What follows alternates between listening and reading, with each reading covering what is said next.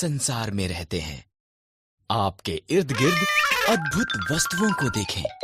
आओ हम आरंभ में चलें और देखें कि बाइबल इसके बारे में क्या बताती है कि ये कैसे आरंभ हुआ। परमेश्वर ने आकाश और पृथ्वी को बनाया। परमेश्वर ने अंधेरे को एक तरफ किया और कहा उजियाला हो। उसने उजियाले को दिन कहा और उसने अंधेरे को रात कहा। पहला दिन हो गया। परमेश्वर ने ऊपर के पानी को नीचे के पानी से अलग करने के लिए एक अंतर बनाया। उसने उस अंतर को आकाश कहा। दूसरा दिन हो गया। परमेश्वर ने पानी को एक स्थान पर इकट्ठा किया और सूखी भूमि दिखाई दी। उसने सूखी भूमि को पृथ्वी कहा और इकट्ठे हुए पानी को समंदर कहा। तब उसने घास, अनाज के पौधे और पेड़ बनाए। तीसरा दिन हो गया। ईश्वर ने आकाश में ज्योतियां बनाई।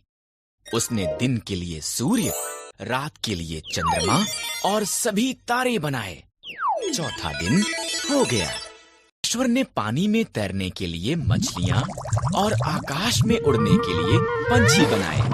फलों फूलों उसने उनसे कहा संसार को संगीत और पानी में छपछपाने की आवाजों से भर दो।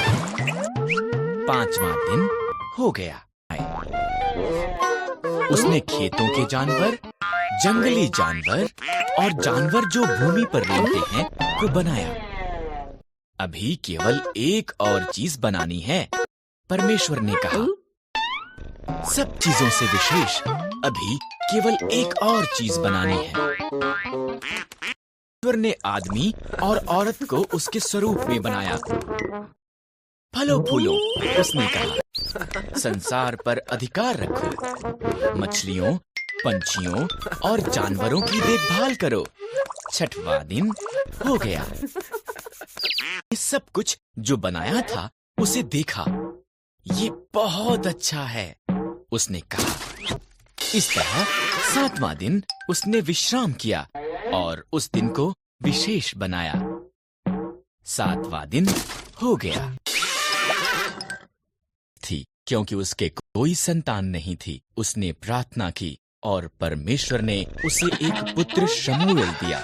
वो बहुत धन्यवादी थी, इसलिए उसने शमूएल को परमेश्वर की सेवा के लिए दे दिया। हन्ना ने उसका बेटा जो छोटा था को एली याजक के साथ तंबू में छोड़ दिया। शमूएल ने बूढ़े अंधे एली की सहायता की। वो तंबू में ही सोता था जबकि एली साथ के कमरे में सोता था। रात शमूएल ने उसका नाम पुकारती एक आवाज को सुना। वो उठा और दौड़कर एली के पास गया। क्या आज्ञा है? उसने कहा। मैंने तुझे नहीं बुलाया। एली घुरघुराया। वापस अपने बिस्तर पर चला जा। वापस बिस्तर पर चला गया। उसने फिर उसका नाम सुना। शमूएल दौड़कर एली के पास वापस गया। क्या आज्ञा है? उसने कहा। मैंने तुझे आवाज नहीं दी। एली नींद में बड़बड़ाया। वापस अपने बिस्तर पर चला जा। शमूएल के तीसरी बार आवाज सुनने के बाद एली ने कहा ये प्रभु था। अगर वो दोबारा आवाज लगाता है, एली ने कहा कहना प्रभु बोल, तेरा दास सुन रहा है। इस तरह शमूएल ने वैसा ही किया।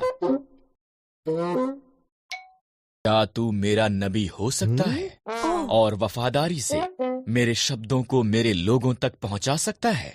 मैं कर सकता हूँ, शमूएल ने कहा। और उसने अपने बूढ़े होने तक भी किसान की पॉकेट को भरपूर पैसा देने वाली फसल है सेम, या फिर इसे बालोर फली भी कहते हैं, इंडियन बीन्स भी कहते हैं। अब कैसे की जाती है सेम की खेती और क्या है इस खेती का पूरा गणित, आइए जानते हैं। वेलकम टू सीखो ऑफिशियल शो कृषि मंथन, और इस एपिसोड में हम जानेंगे सेम की खेती कैसे की जाती है। चलिए शुरू करते हैं। वैसे तो सेम की खेती भारत में लगभग सभी राज्यों में की जा सकती है, लेकिन प्रदेश, तमिलनाडु और महाराष्ट्र अग्रणी राज्य है सेम की खेती करने में। सेम की खेती के